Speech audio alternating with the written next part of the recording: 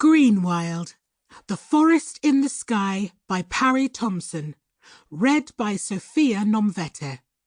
This is the third audiobook in the Greenwild series. For Lily and Daniel. Trees are sanctuaries. Whoever knows how to speak to them, whoever knows how to listen to them, can learn the truth. Hermann Hesse.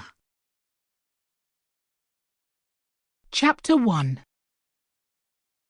The night was scattered with stars like silver sparks, and Daisy Thistledown was dreaming of Mallow Marsh.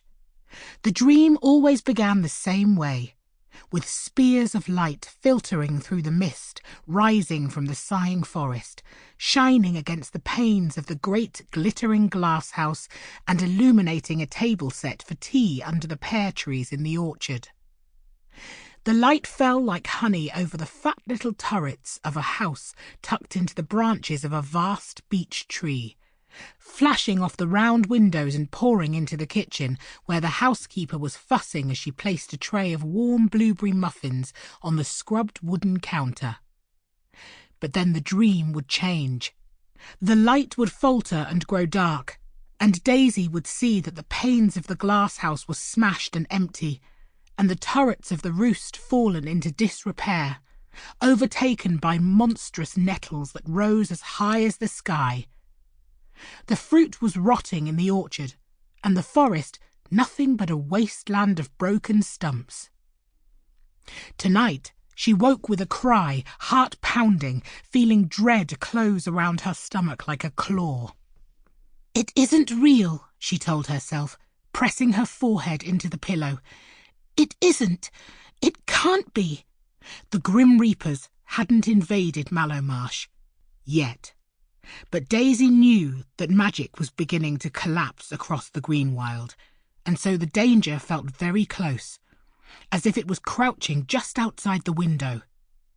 Daisy shifted, and the tiny cat that had been snoring on her chest snuffled and woke.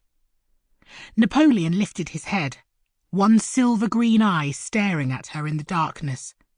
His pointy white whiskers bristled as if he too was thinking of the Reapers. Water slapped against the side of the ship, quiet and relentless. There was no point trying to get back to sleep now. Daisy's heart was still pounding, and her stomach was growling at her like the engine of a miniature motor car.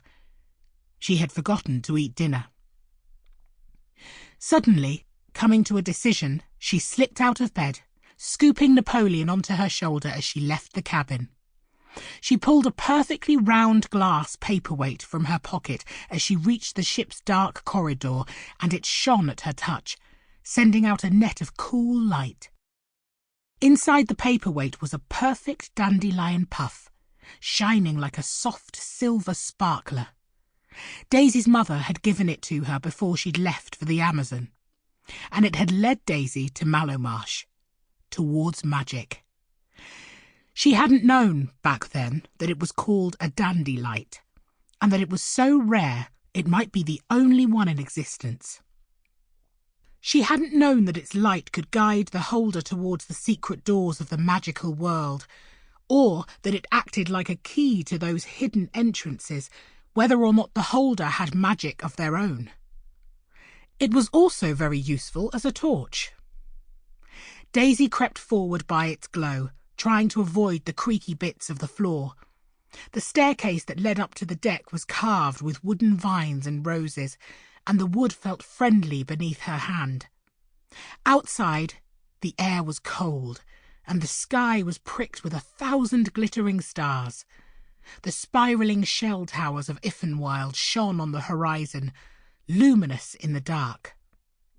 Daisy braced her hands against the rail of the ship and breathed in deeply, feeling her chest loosen.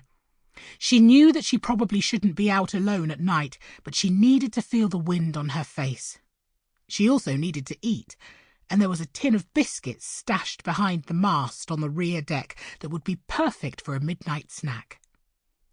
But someone else was already on deck. A dark shape loomed towards her, blocking out the starlight, and Daisy Sample complete. Ready to continue?